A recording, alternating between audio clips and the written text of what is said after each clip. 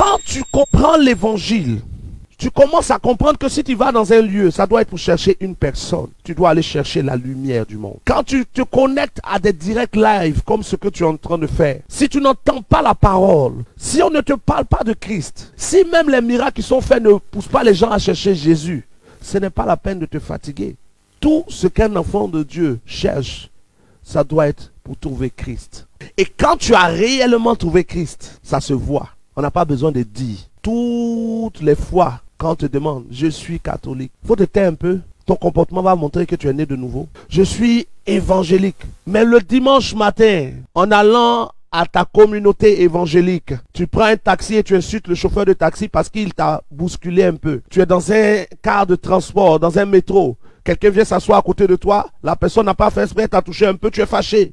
Pourtant, tu es en route pour l'église. Toi aussi, quand on veut t'évangéliser, tu dis tu es chrétien. Il faut laisser les gens t'évangéliser. Beaucoup de païens en habit de dimanche se promènent dans les églises et quand ils sont dehors, ils refusent qu'on les évangélise. Et ces païens en habit de dimanche sont dans nos communautés et ils passent leur temps à essayer d'attaquer le ministère des hommes de Dieu qui sont de la part de Dieu en train de travailler. On a beaucoup de païens dans nos églises qui passent le temps à se promener de frères et de sœurs en Christ pour salir le nom des pasteurs, salir le nom des hommes de Dieu, salir le nom même des frères et sœurs en Christ.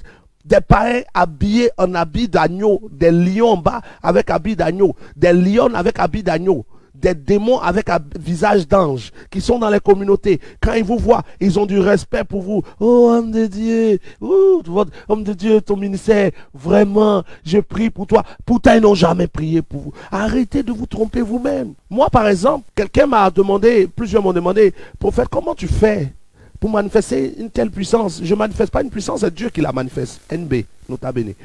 Mais comment tu fais? Et puis il y a des guérisons, des délivrances. Je dis, écoutez, je n'ai pas de groupe d'intercession privé. Pendant que je suis en train de faire ce direct, il n'y a pas un groupe qui est en train de prier pour que Dieu fasse quelque chose. Ce n'est pas la prière de quelqu'un qui me fait. C'est la grâce de Dieu et mon alliance avec Dieu. Tu as besoin de connaître Dieu personnellement. Et d'arrêter de te tromper toi-même. Arrête de te blaguer toi-même. Tu dis que tu es chrétienne, mais tu sais qu'en temps normal, toi-même, quand tu te regardes là, tu n'es pas chrétienne. Tu es membre d'une église. Je dis pas fort, il ne faut pas m'entendre. Toi-même, tu sais que tu vas seulement à l'église. Mais tu n'es pas chrétienne. Tu sais. Tu sais que c'est ton habit qui te plaît. Tu aimes t'habiller dimanche.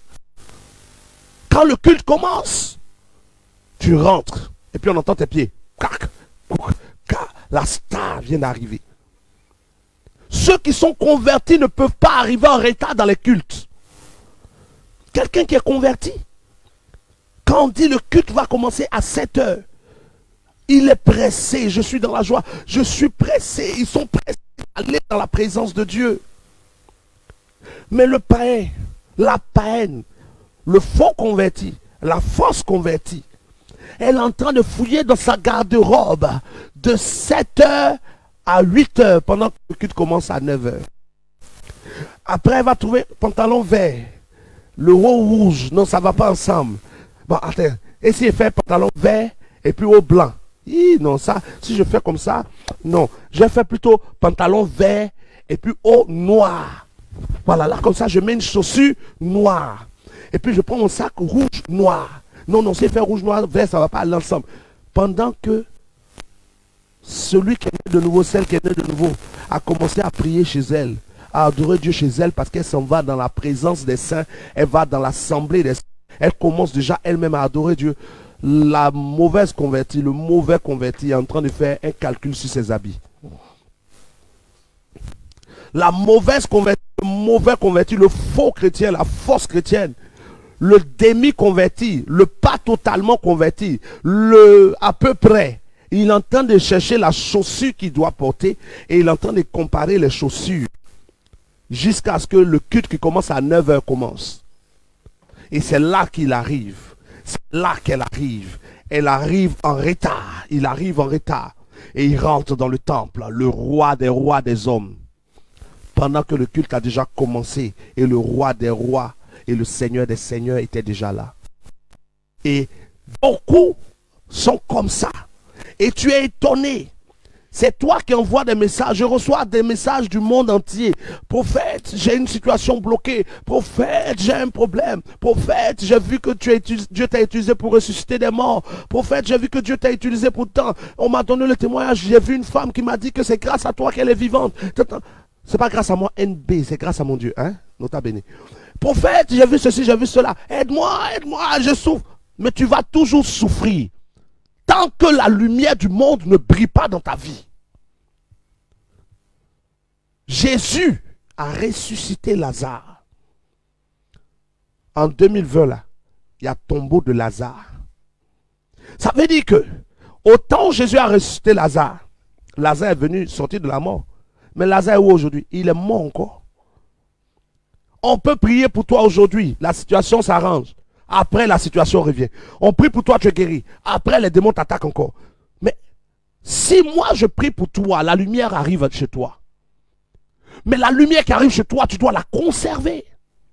Le Dieu que je prie, mon Dieu, quand je l'invoque pour toi et que tu es guéri en direct, tu es délivré en direct, que fais-tu après le direct?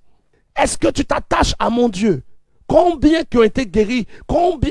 Si je veux faire la liste, hein, du nombre de miracles que Dieu a fait avec moi, du nombre de guérisons. Il y a des choses, si vous dites, vous allez penser que c'est faux. Mais Dieu merci, j'ai les vidéos.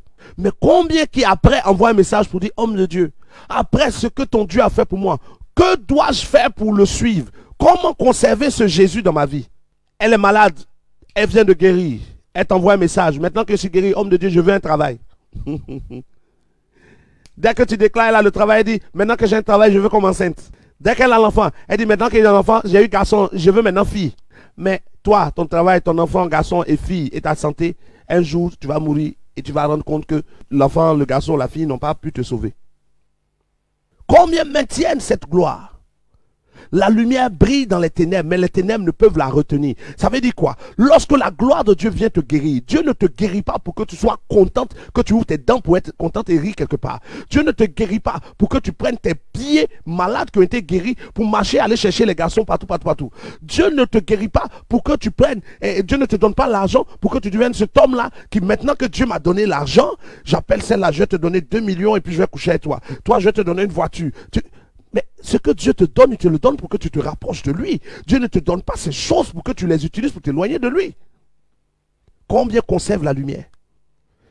Combien ont été visités par la grâce de Dieu et ont conservé le Dieu qui les a visités? Beaucoup sont visités par la grâce de Dieu et ils conservent ce que Dieu a donné et ils laissent Dieu partir.